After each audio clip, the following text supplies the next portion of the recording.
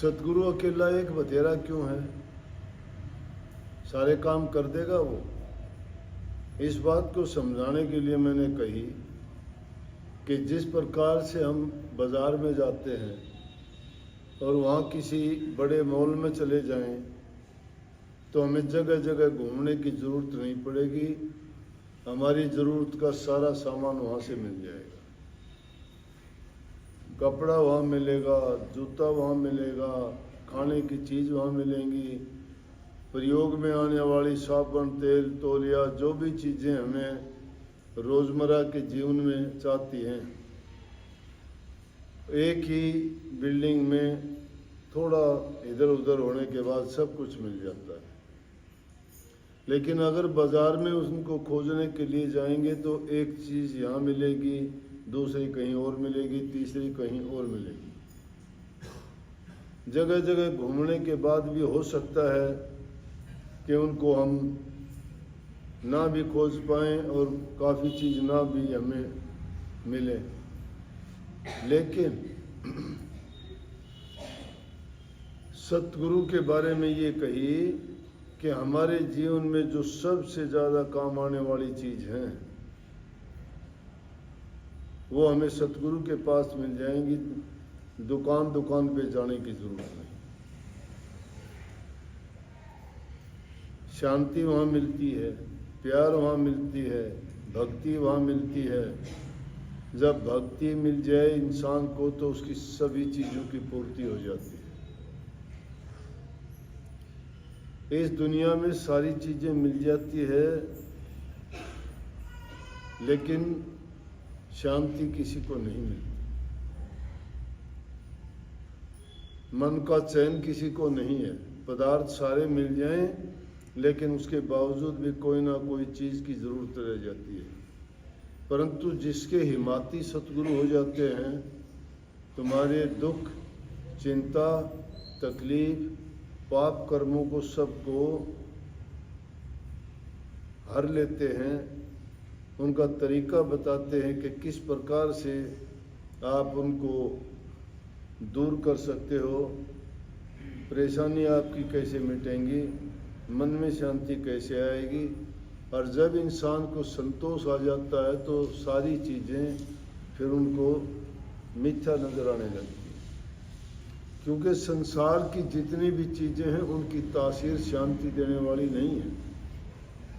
चाहे किसी के पास धन कितना भी हो जाओ, चाहे किसी के पास कितना बल हो जाए, चाहे कितना लंबा चौड़ा परिवार हो जाए, लेकिन जब मन में शांति नहीं है तो वो चीज़ें क्या मायने रखती है। लोगों के पास धन होता है, धन का वारिस नहीं होता। सुंदर रूप होता है लेकिन शरीर में पीड़ा ऐसी होती है दूसरे को पता ही नहीं लगता।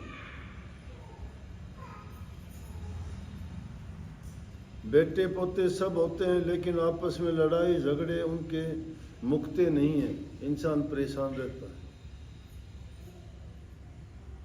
लेकिन जिसके मन में शांति आ गई, दुख सुख उसके लिए समान हो गया, गरीबी अमीरी उसके लिए बराबर हो गई, क्योंकि इंसान की सोच अगर अच्छी है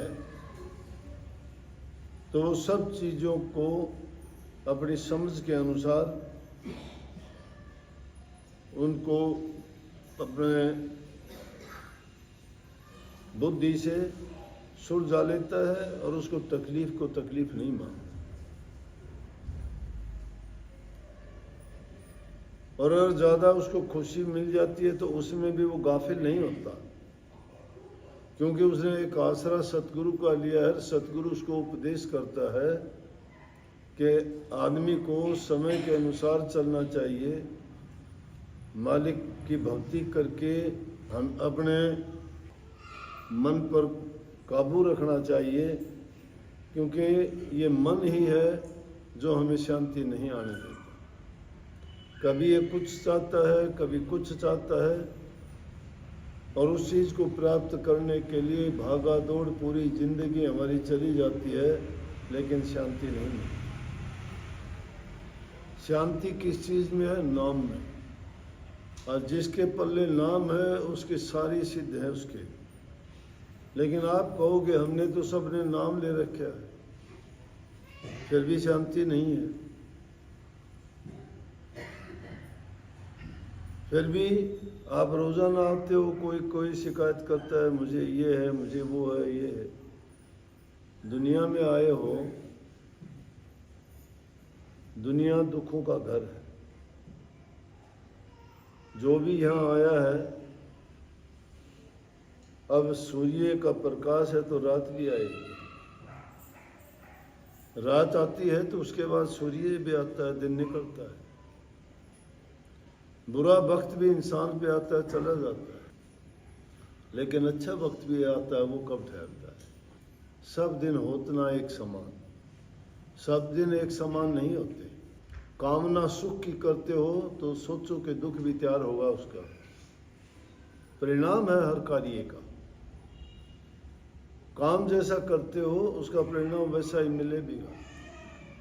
सुख चाहते हो तो दुख के लिए भी तैयार रहो, बल्कि सुख तो प्रयास करने से भी मुश्किल मिलेगा, दुख तो बिना प्रयास के मिल जाएगा। परंतु उस दुख में इंसान अगर सोच अच्छी बना ले तो दुख को दुख नहीं मानेगा। महापुरुषों का तो कथन है कि सुख के माथे सिर पड़ो जो नाम ही से जा। अगर नाम को जो चीज भुला देती है तो